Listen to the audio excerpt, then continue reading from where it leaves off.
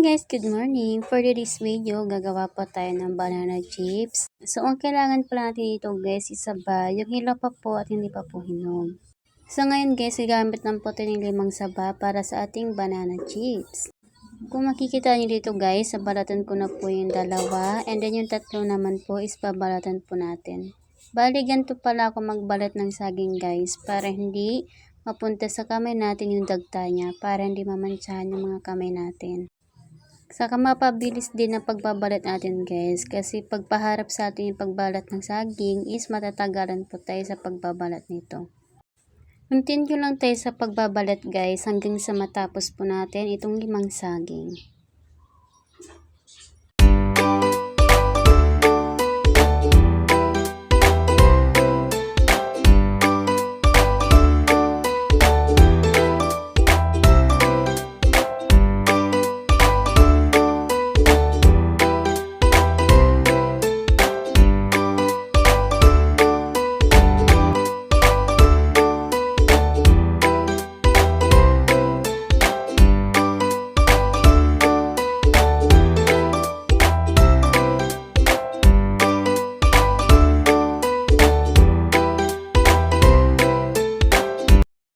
After din naman natin mabalatan guys, ay hugasan lang natin itong mga saging na 3 beses para mas sure tayo guys na mawala ang dagta at malinis siyang maluto.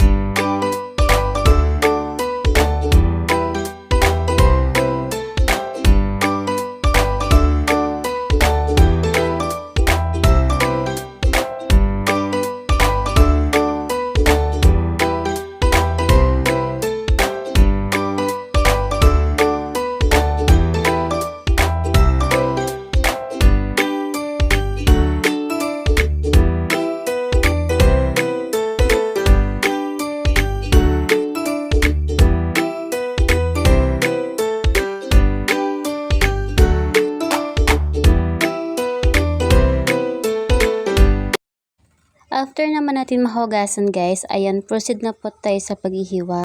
Dito sa paghihiwa ko guys is ninipisan ko lang po yung paghihiwa para mas makuha ko po yung tamang kapal at nipis ng ating banana chip.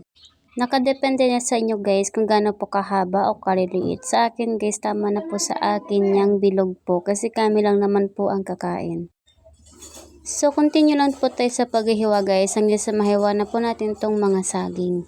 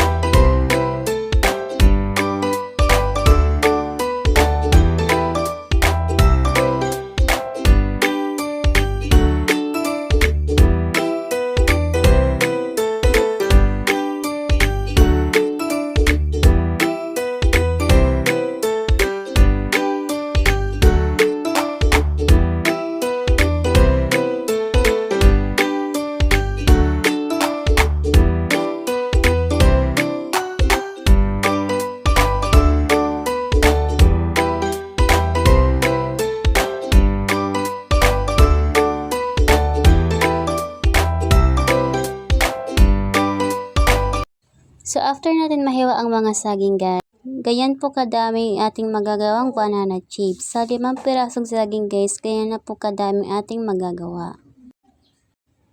So proceed na po tayo sa ating pagluluto guys. Bali ito na po yung saging na hiniwa natin kanina.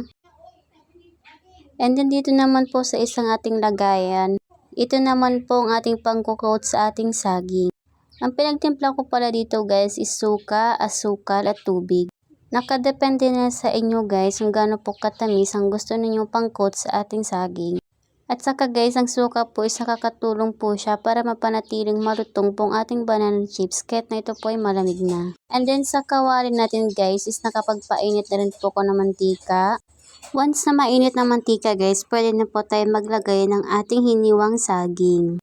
At dahil mainit na ating mantika guys, pwede na po tayo maglagay ng saging. Dito guys, sa paglalagay ng ating mga hiniwang saging is paunti-unti lang guys para sigurado po na lahat po ng ating saging ay maluto.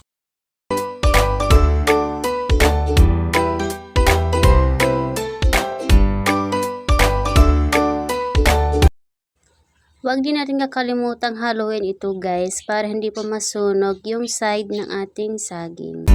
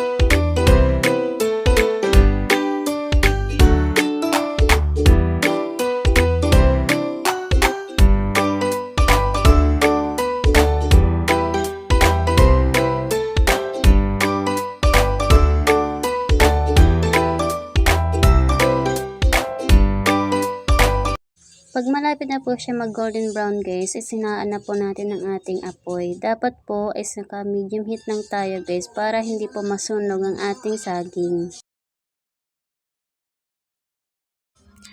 At dahil malapit na siya mag golden brown guys, ayan, halo-haluin lang po natin hanggang sa tuluyan na po maluto ang bawat side po ng ating saging.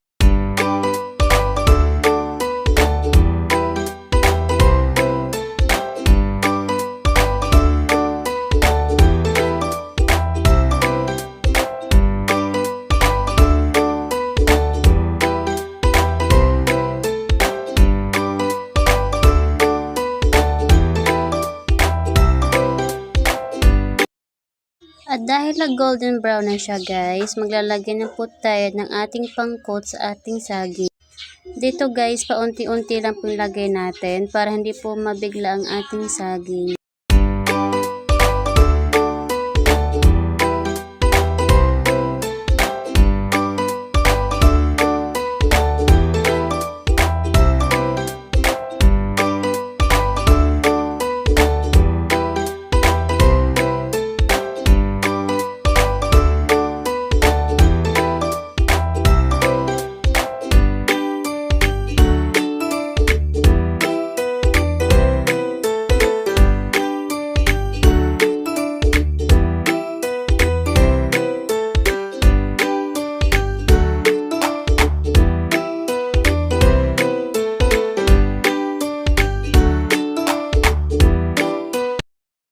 At heto na po ang ating homemade banana chips.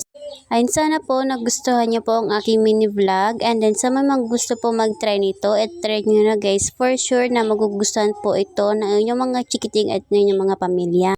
Ayun lamang po at maraming salamat po sa inyong panonood. Thank you po.